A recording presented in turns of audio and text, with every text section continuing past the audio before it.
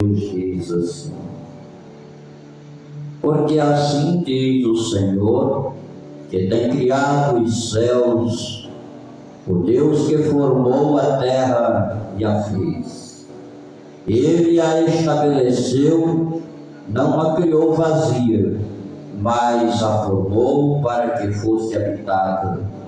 Eu sou o Senhor e não há outro. Amém. Pode sentar, irmãos. Vamos aqui trazer a palavra de Deus ao nosso coração. Estes versículos geralmente são muito conhecidos porque vêm da palavra de Deus do livro de Isaías, já também muito conhecida. O livro de Isaías, quase todo mundo gosta de ler e de ouvir as mensagens dele. Meus amados irmãos, a palavra de Deus, ela vem sendo explicada dia após dia, né? E ela tem uma estrutura para que nós conheçamos dia após dia. A palavra de Deus, ela é, como diz lá no Apocalipse, para nós lermos, para nós ouvirmos, para nós guardarmos, né? A palavra do Senhor, ela vem sendo a Bíblia Sagrada, um conjunto de livros que nós já conhecemos. Esse conjunto de livros vem se dividindo em muitas partes e tem sido escrito por muitos autores ao longo de mais de 1.600 anos. E a sua credibilidade é inquestionável. A Bíblia Sagrada, meus irmãos, ela tem sido o livro mais vendido do mundo. Mais de 2 bilhões de cópias vendidas.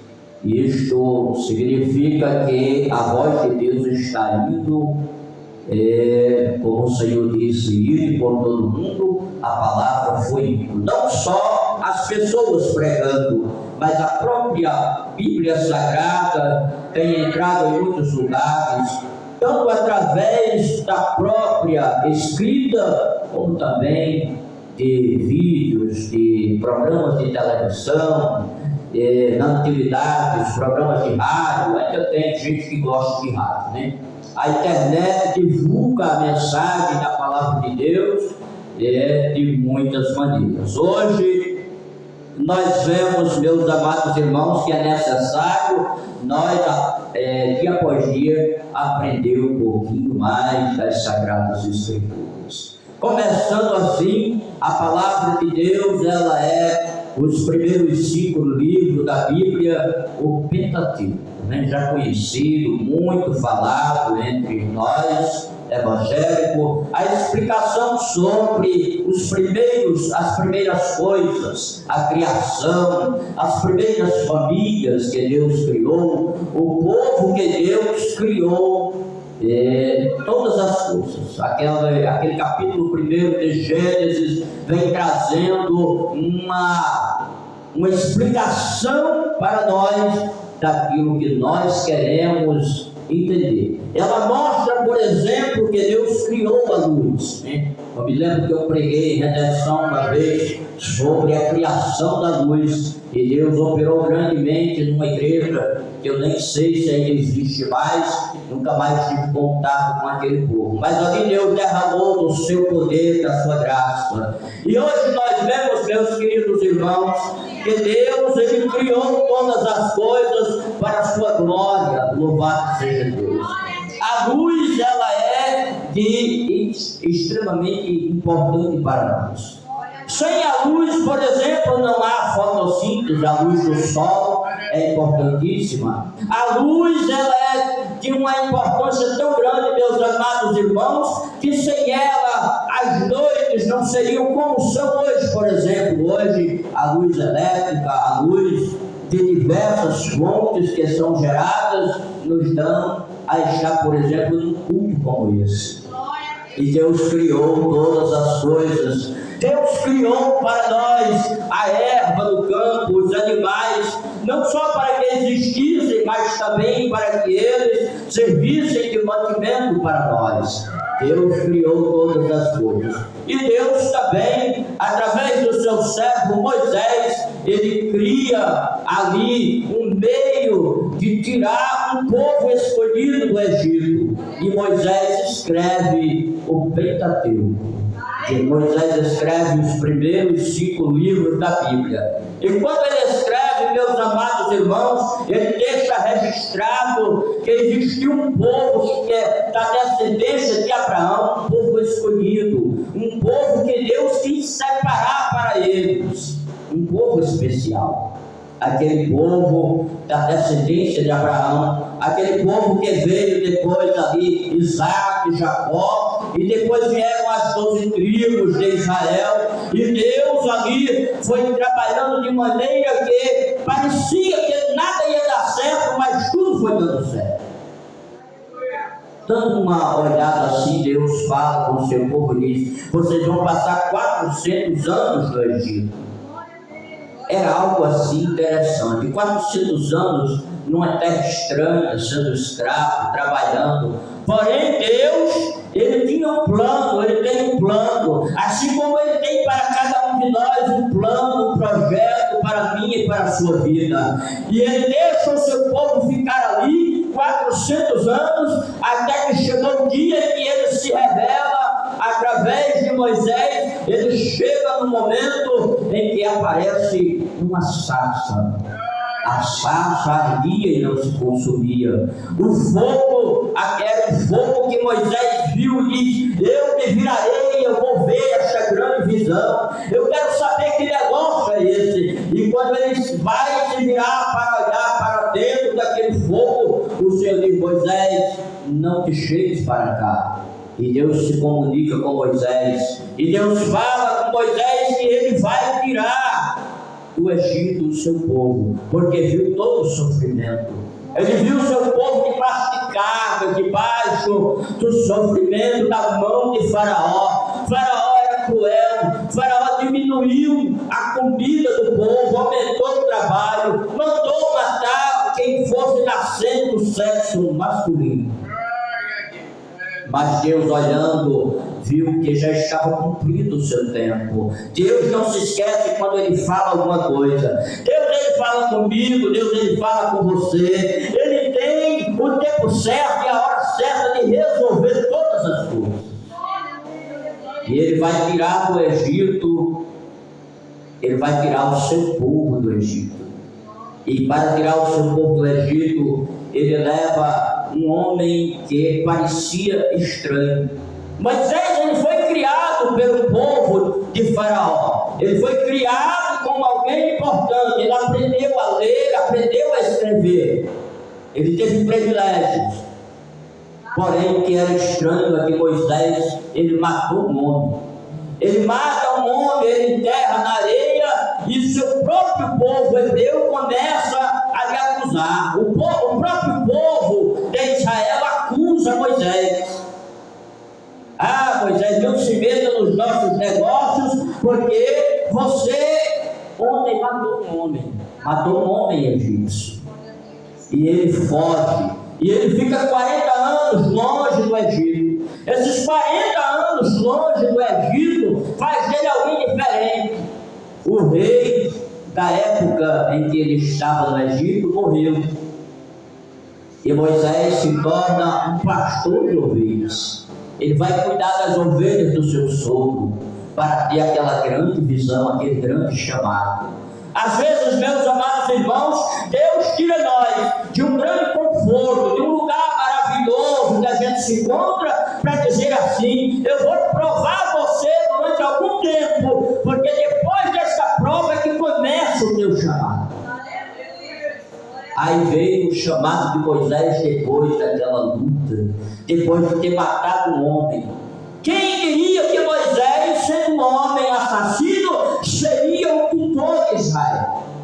Quem é que iria colocar na frente da igreja, na frente do povo de Deus, um homem violento? Moisés casa, Moisés tem filhos, e diante do chamado do Senhor, ele tem que abandonar a sua família. Ele tenta levar, ele tenta priorizar o seu povo, a sua família, sua mulher e os seus 2 filhos. Porém, no caminho, Deus disse a ele que era preciso que houvesse circuncisão.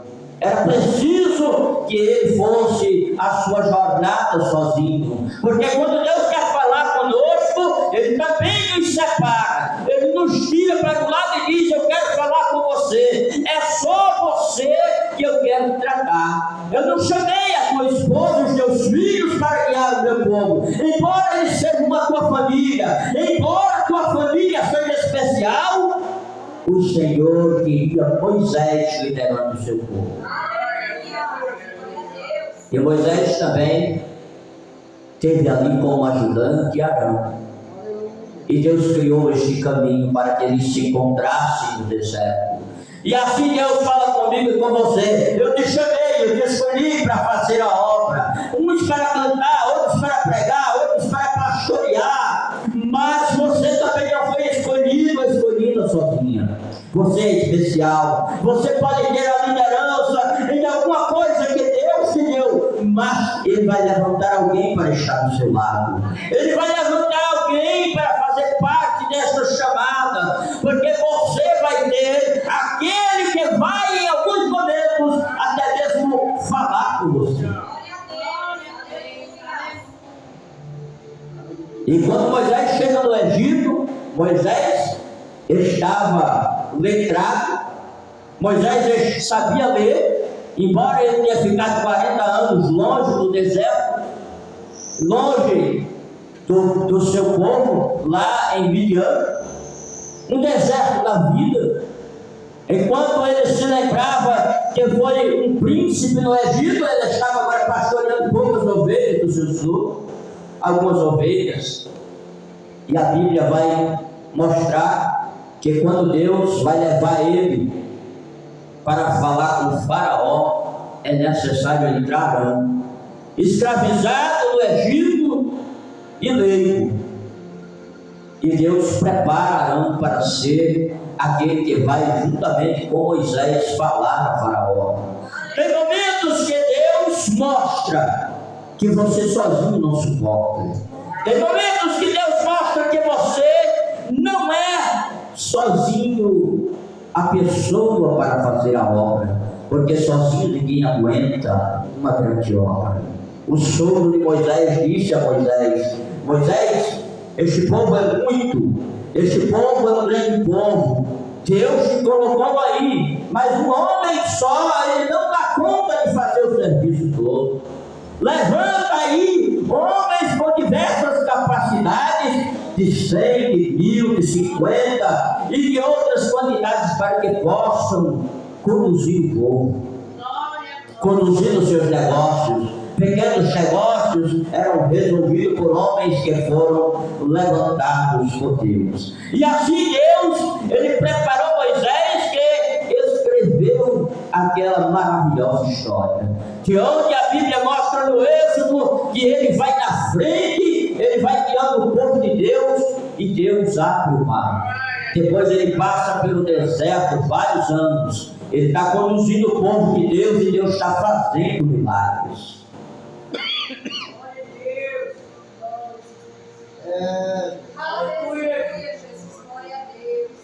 Deus está fazendo milagres. Chegou um momento em que o povo aperta Moisés e diz: Moisés, não tem água. Moisés, e agora nós vamos morrer de sede. E Deus diz: Moisés, fala a rocha para que ela dê água. Em um momento Moisés viu as águas saindo da rocha. Depois houve um momento em que Moisés estava tão aflito, tão sofrido no meio do povo, com tanta pressão, com tantos murmuradores, que ele bateu na rocha, e por causa de que ele bateu na rocha, ele foi proibido de entrar na terra prometida. Então assim, meus amados irmãos, Deus fala comigo e com você: quando a carga pesar, quando o povo apertar com você, não precisa bater na rocha, mas na frente. Outros textos bíblicos diz que a rocha é Cristo.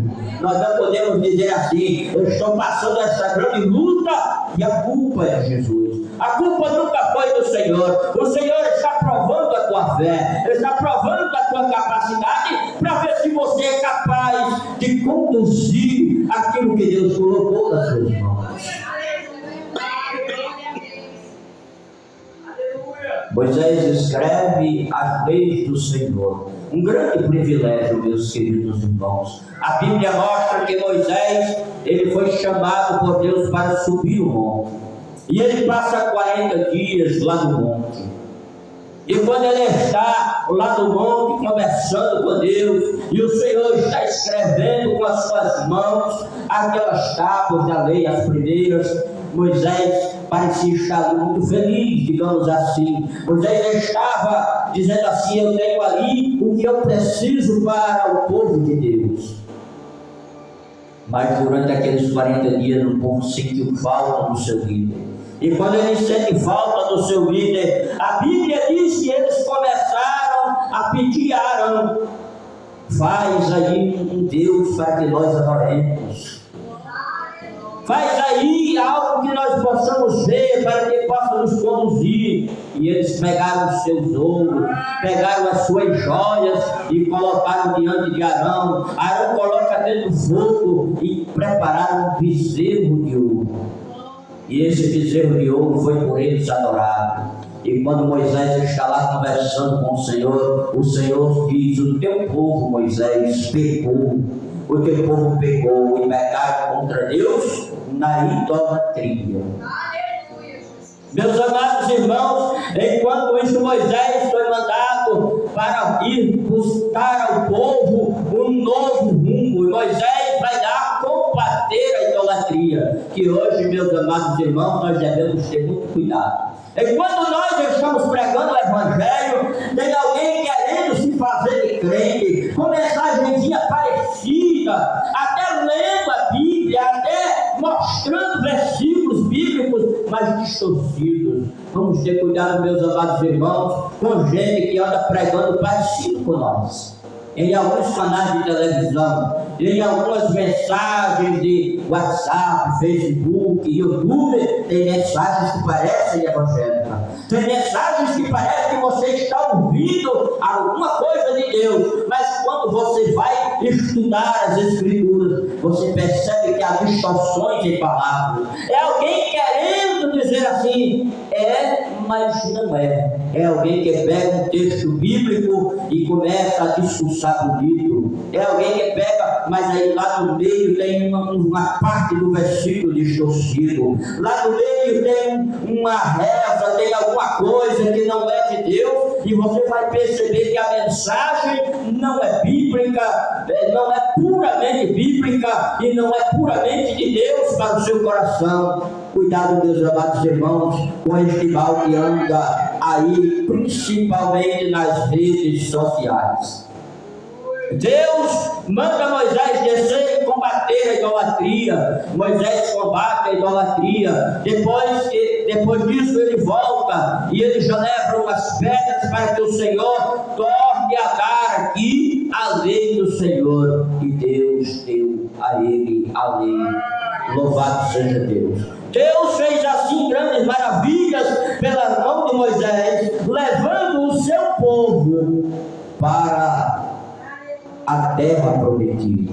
Talvez você pense assim: há uma dificuldade de eu entender a mensagem. Você vai entender que Deus tem um projeto e que ninguém vai impedir. Não pense que foi de repente. A vida de Moisés foram 120 anos. E em 120 anos de história, há muita coisa que pode ser falada, que pode ser dita. Em 120 anos, Moisés viu tantos milagres, tantas maravilhas. Moisés, ele foi um exemplo diante do povo de Deus, embora ele tenha sido proibido de entrar na terra prometida. Então, quando nós entramos na mensagem da palavra de Deus, nós temos que entender que o Senhor, Ele quer nos levar à terra prometida. Nós vamos chegar na terra prometida, que o Senhor disse que um dia o Senhor Jesus vai voltar para para nos buscar. A palavra de Deus mostra lá no Apocalipse que há uma cidade chamada a Nova Jerusalém, e ela está pronta para nós. Eu vou aqui, meus amados irmãos, passo a passo explicando o que Deus tem feito através da sua palavra. Depois que Moisés morre, encerra-se ali o Pentateuco, nós vamos entrar no período da história do povo de Israel, um longo período através de muitos homens. A seguir entra em cena Josué, um grande líder do exército de Deus. Ele já servia a Moisés, e Deus disse a Moisés que preparasse aquele homem para assim liderar o povo do Senhor. Certamente o Senhor via que o seu povo, depois de Moisés morto, precisava de um substituto. Existem momentos na vida da gente que eu e você precisamos de ter certeza que o nosso ministério chega ao fim. E quando chega ao fim, Deus prepara outro para colocar no lugar. Deus prepara outro para assumir o lugar. E Deus preparou Josué para assumir o lugar de Moisés. E ele vai enfrentar grandes problemas. Ele vai enfrentar de frente o mar, ele vai enfrentar ali o Jordão. O Jordão, num tempo de chuva, de barreira a barreira. Amados irmãos, era preciso ter um chamado de Deus para conduzir o seu povo. Porque quem iria enfrentar o grande Jordão? Quem iria vencer o Jordão se Deus não estivesse com ele? E o Senhor diz assim: Josué, tu levanta e conduz este povo, porque Moisés, o meu servo, é morto. Mas como eu fui com o meu servo Moisés, eu serei contigo. Da mesma maneira, assim como Deus abriu o mar e o povo passou a pé enxuto, aí Deus abre o Jordão e o povo passa a pé enxuto. Diante deles estavam aí outros obstáculos. Estava aí a poderosa cidade de Jericó. E quem era que ia enfrentar Jericó? Um povo que saiu do Egito desarmado, um povo que saiu do Egito sem nenhuma instrução de guerra.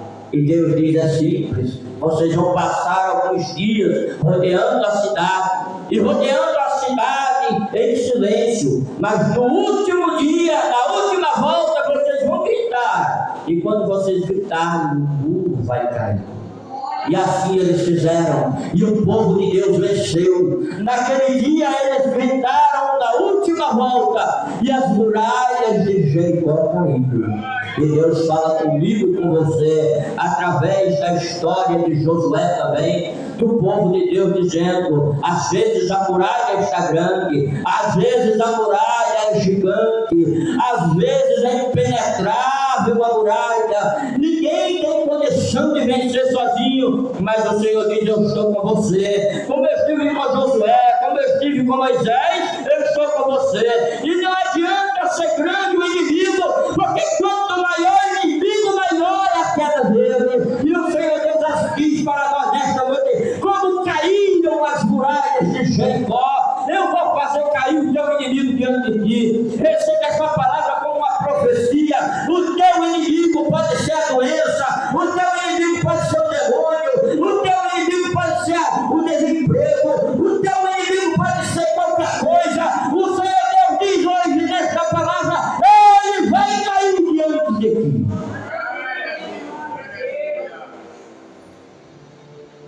Caíram as muralhas, e Josué teve 21 grandes batalhas. Eles conquistaram ao fio da espada todo o território. Meus amados e queridos irmãos, a espada hoje é a espada do Espírito, que é a palavra de Deus.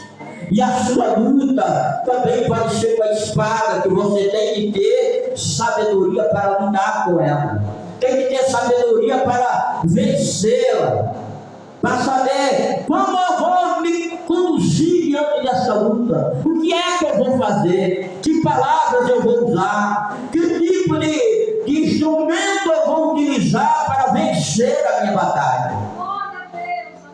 Às vezes o irmão está desempregado, aí surge uma vaga de emprego, mas ele não tem aquela qualidade profissional que ele precisa ter. Supondo que o irmão precisa-se de pedreiro, bem ali. Aí o irmão diz assim, mas eu sou marceneiro, é outra coisa, então eu preciso ter um curso para vencer essa batalha, para conseguir um emprego ali. Digamos que o irmão, ele precisa de um emprego e de repente até tem um emprego ali, a sua luta é grande para conseguir um emprego. Aí diz que ali precisa de um motorista, então você vai precisar ter a sua habilitação para vencer essa batalha. Então as suas armas vão dizer que você vence a sua batalha. Então se capacite, lute, porque as portas vão se abrir e Deus vai te dar vitória. Deus fala com alguém aqui nesta noite que Ele vai abrir portas de emprego, Ele vai abrir portas na sua frente. Coisas de Deus vão acontecer na sua vida, são coisas inexplicáveis. Prepare-se para vencer a sua batalha, derrubar os grandes muros, os grandes gigantes diante de ti. E assim, meus amados irmãos, passaram-se muitos anos na história da Bíblia Sagrada, e na construção dos livros históricos vem aí o livro de Juízes. Muitos foram os juízes, meus amados irmãos, e que eles batalharam de muitas maneiras para vencer. Existem alguns que se destacam, por exemplo, um homem chamado Sansão. Sansão é um homem que ele é chamado de pequeno sol. Ele era para ser um grande vencedor e que nada lhe vencesse, porque foi lhe dado uma capacidade grande, uma grande força.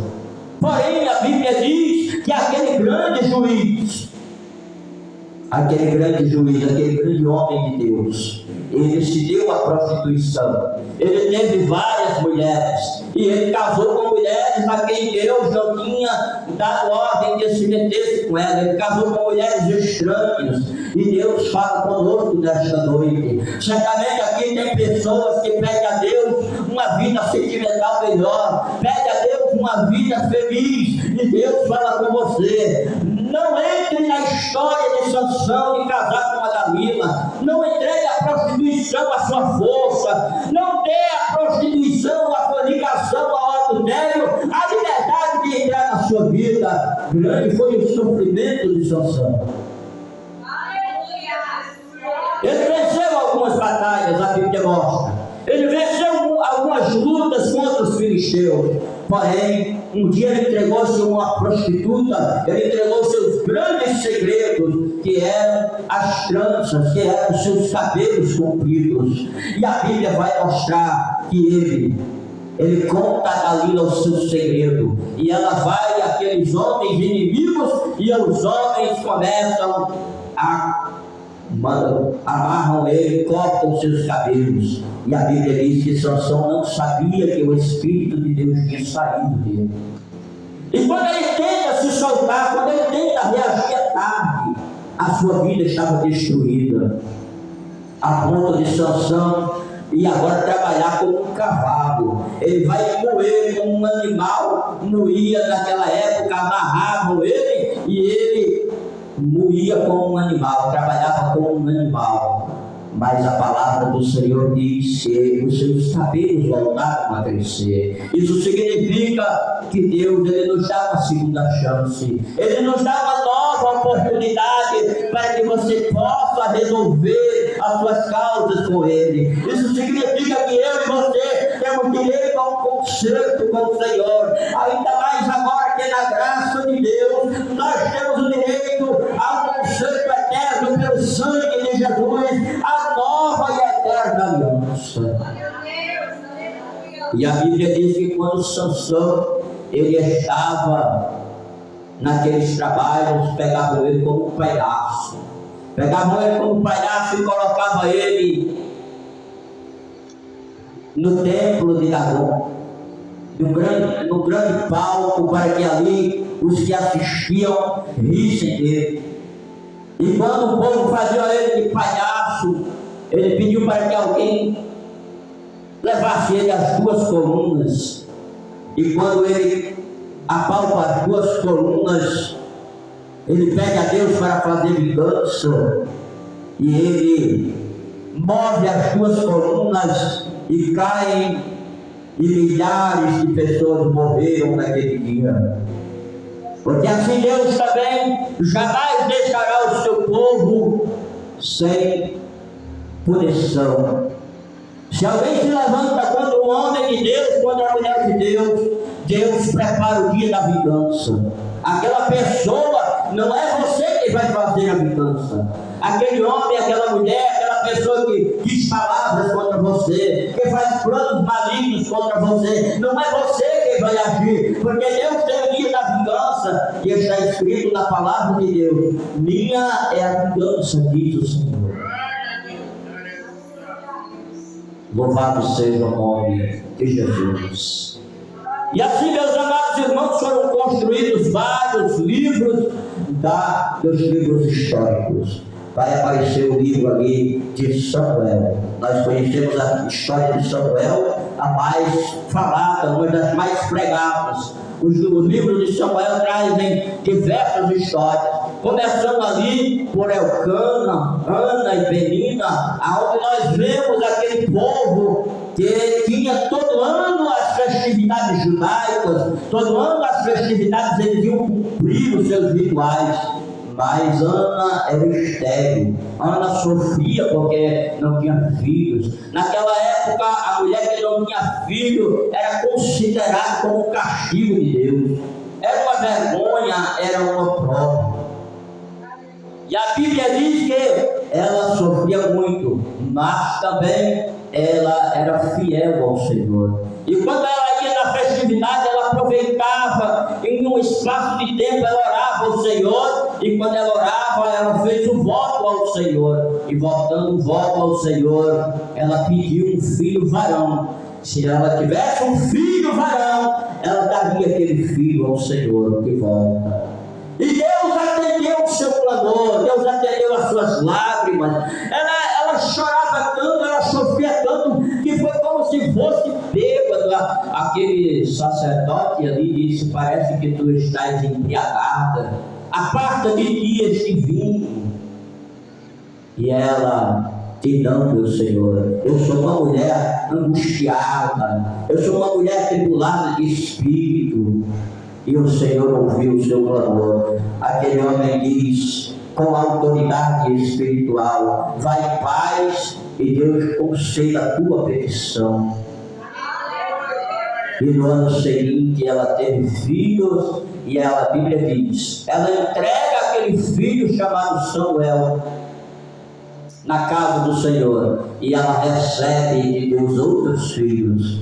E ela, no seu canto, disse que ela foi alegre mãe de 7 filhos. Louvado seja Deus. Quando nós pedimos algo para nós, quando nós pedimos uma bênção para nós, para devolvê-la ao Senhor, Ele multiplica muitas vezes em nossa vida.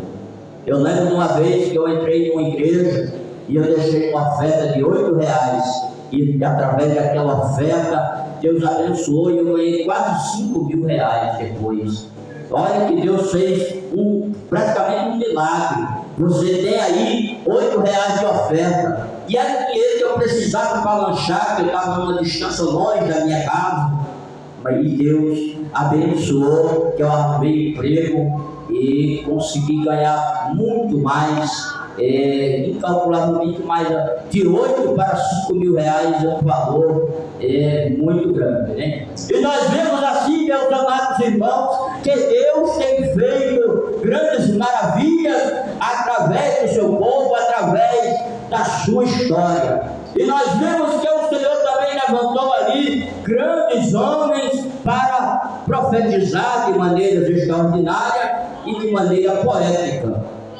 Então, onde a Bíblia Sagrada vai nos mostrar os livros poéticos. Os livros poéticos são os Salmos, são o livro de Jó, são o livro de Cantares, são o livro de Provérbios, Eclesiastes. Ali tem coisas extraordinárias para nós, principalmente ali no livro dos Salmos, os 73 Salmos de Davi, que falam de coisas especiais, que falam da prosperidade do justo, que falam da felicidade do justo, que falam da família maravilha do justo, e que fala também do Senhor Jesus em muitos salmos. O Salmo 22, por exemplo, fala do sofrimento de Cristo, quando ele havia de vir. Ali fica de maneira poética, profetizado algo extraordinário sobre a vida de Jesus. Meus amados irmãos, o Salmo traz lição sobre nós, para nós, de maneira extraordinária. Se nós olharmos o Salmo 51,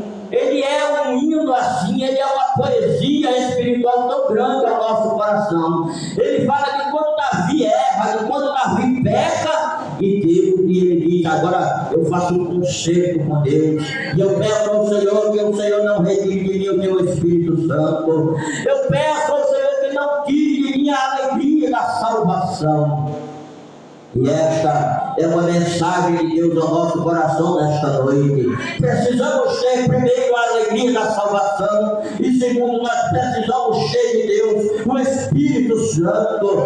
Nós que temos este direito, o Senhor deixou profetizado de muitas maneiras na sua palavra a descida do Espírito Santo, e hoje nós precisamos clamar por esse Espírito Santo. Nós precisamos orar para Deus derramar desse Espírito Santo. Uma das evidências do Espírito Santo é a chegada dele lá em Atos dos Apóstolos, aonde o Senhor batizou ali 120 pessoas com o seu Espírito, dando variedade de línguas. E hoje nós precisamos voltar nos nossos cultos a ver crentes cheios do Espírito Santo, a ver crentes falando em línguas, a ver crentes cheios do Espírito Santo, sendo batizados, os novos convertidos, aqueles que nunca falaram em línguas, aqueles que dizem assim: eu sinto a vontade de fazer a obra de Deus, mas ainda falta o Espírito Santo. Está na hora de descer, está na hora de clamar, está na hora de buscar, e o Senhor vai te conceder. Não é difícil, é apenas abrir a sua boca, deixar o Espírito de Deus falar pela tua vida. A Bíblia Sagrada mostra que houveram estes homens como Davi, Salomão, que escreveram livros poéticos.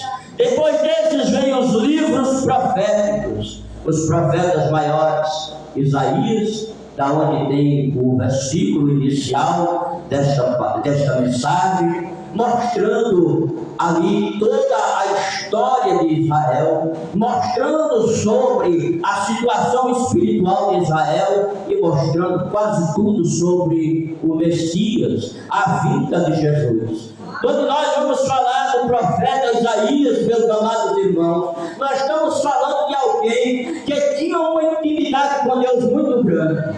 O começo do livro dele é terrível, porque vai falar do pecado do alto da cabeça à planta dos pés. Vai falar do pecado que contaminou toda a humanidade. Vai falar do pecado que estava em grande escala naquele tempo.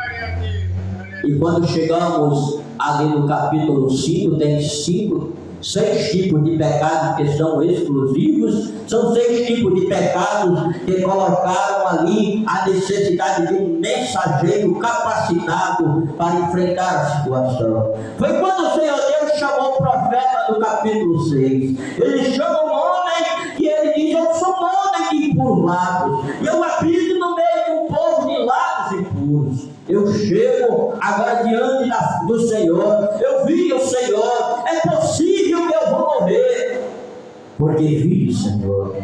Mas a Bíblia diz que um dos serafins pega uma brasa com uma tenaz e toca os seus lábios e purifica, e diz: é isso que tocou. E a voz brada naqueles dias dizendo: quem há de ir por nós? Quem é que vai fazer, quem é que vai abrir a boca para fazer a obra do Senhor? Achamos ali agora um homem purificado para fazer a obra do Senhor. Meus amados irmãos, não basta apenas ter um documento de uma igreja, não basta apenas ter grande influência no meio religioso, mas é necessário que eu e você estejamos purificados. Aquele serafim voou e levou aquela praça para tocar os lábios daquele homem e purificou. E Deus fala com você: hoje tem praça do altar de Deus tocando a tua vida, tocando os seus lábios, purificando você, preparando você, capacitando você para pregar, para anunciar as boas novas. E quando você ouvir a voz, quem há de ir por nós pode gritar: eis daqui, envia-me a mim. Este é o primeiro dos profetas espanhóis. Depois veio o profeta Jeremias. Profeta Jeremias, conhecido como profeta chorão. O homem que ele foi chamado por Deus antes de nascer. O homem que foi escolhido por Deus. Quando ele foi preparado para fazer os sacrifícios, porque era filho de sacerdote, Deus pega ele e dá-lhes uma mensagem profética. E a primeira mensagem profética fala sobre a injustiça, fala sobre a idolatria, fala sobre a corrupção religiosa, de vários pecados que haviam ali em Judá. Meus amados irmãos, todo mundo quer ser profeta, todo mundo quer entregar uma mensagem, todo mundo diz assim: eu falo, eu digo, mas eu quero ver você enfrentar como Jeremias, um rei corrompido, um rei sujeito ao inimigo, um rei que pagava tributo para dizer assim: eu não me importo o que acontecer aqui em Judá, eu fecho os olhos para o pecado, a injustiça social, toda sorte de engano e idolatria. E o profeta Jeremias foi levantado para profetizar a homens importantes, profetizar para reis que estavam se entregando ao inimigo, reis que estavam negociando com o inimigo, reis que estavam dizendo assim: nós pagamos o tributo e fazemos o que Babilônia mandava. E chegou o momento também, meus amados irmãos, que muitas pessoas diziam assim: o profeta Jeremias é contra nós. E começaram a colocar a população contra o profeta. O profeta foi castigado pelo menos 3 vezes. E Deus fala com você: eu preciso de profetas, eu preciso de bocas para falar o que eu quero falar na terra. E você quer ser profeta? Você quer ser pendurado no cesto, preso lá no cesto? Você quer ir para o seco? Você quer ir para a masmorra? Você quer ir para a lama, como ele foi colocado no calabouço?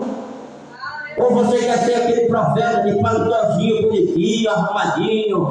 Você quer ser aquela profetisa que vai no salão, se arruma todinha e diz: hoje eu vou aparecer no meio de 60, 100 pessoas, 200 pessoas? Deus não precisa de pó de arroz, Deus precisa de boca dele na terra. Louvado seja Deus. Deus precisa de profetas, Deus precisa de homens e de mulheres com coragem, Deus precisa de homens e de mulheres que tenham ousadia para pregar. Profeta, por exemplo, vamos juntar aqui Isaías, ele morreu cerrado pelo meio. Você quer ser o profeta de Jesus Cristo, o profeta messiânico, aquele que fala a verdade? Ou você quer: não, eu vou deixar esse negócio de ser profeta, eu vou ficar por aqui? A Bíblia diz que aquele que retrocede, aquele que usa de covardia, Deus não tem prazer na sua alma. Deus precisa de homens e de mulheres com coragem para pregar o Evangelho, seja nas ruas, seja nas casas, seja nos hospitais, delegacias, seja nos congressos, seja nas igrejas, com 2, 3 pessoas, porque aparecer em palco todo mundo quer. Eu quero ver você falar o que Deus manda.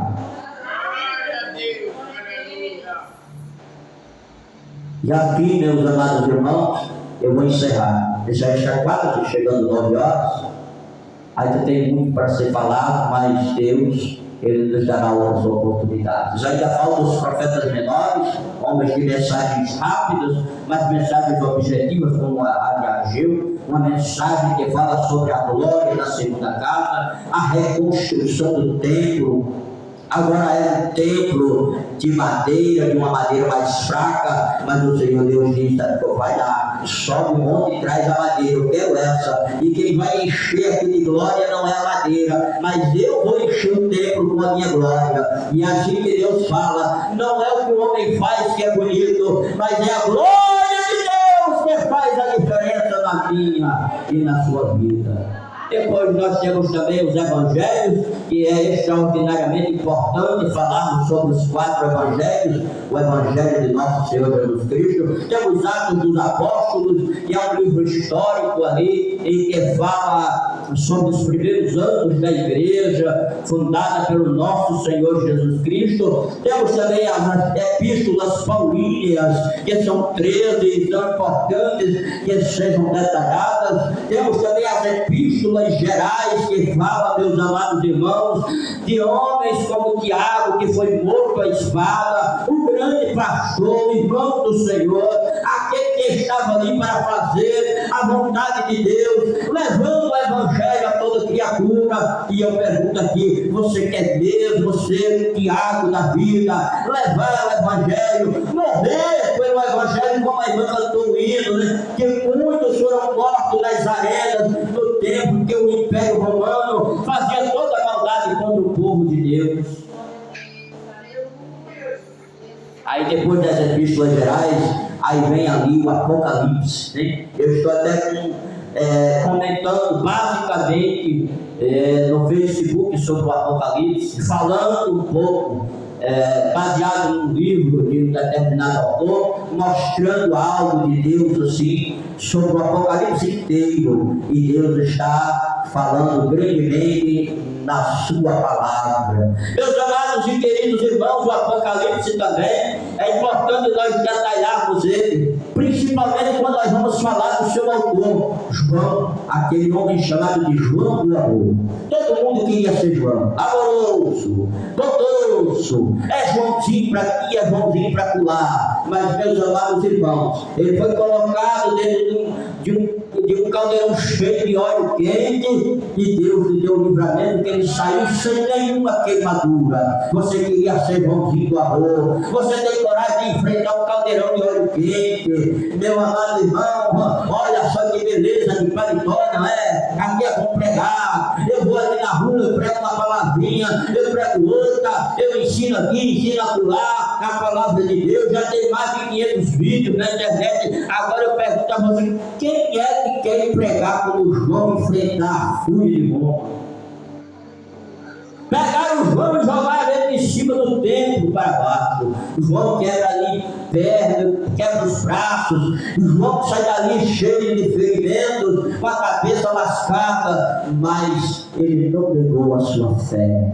Meus amados irmãos, hoje está todo mundo por aí com o seu documentozinho ajeitado. Daqui a pouco o governo quer que você coloque mais o 666 nos seus documentos. Daqui a pouco o governo quer que você seja controlado por ele para comprar e vender. E como vai ser? Você vai suportar essas coisas ou você vai negar a sua fé? Por causa das coisas do governo que já começou a existir, algumas delas, você vai conseguir ser crente até o fim.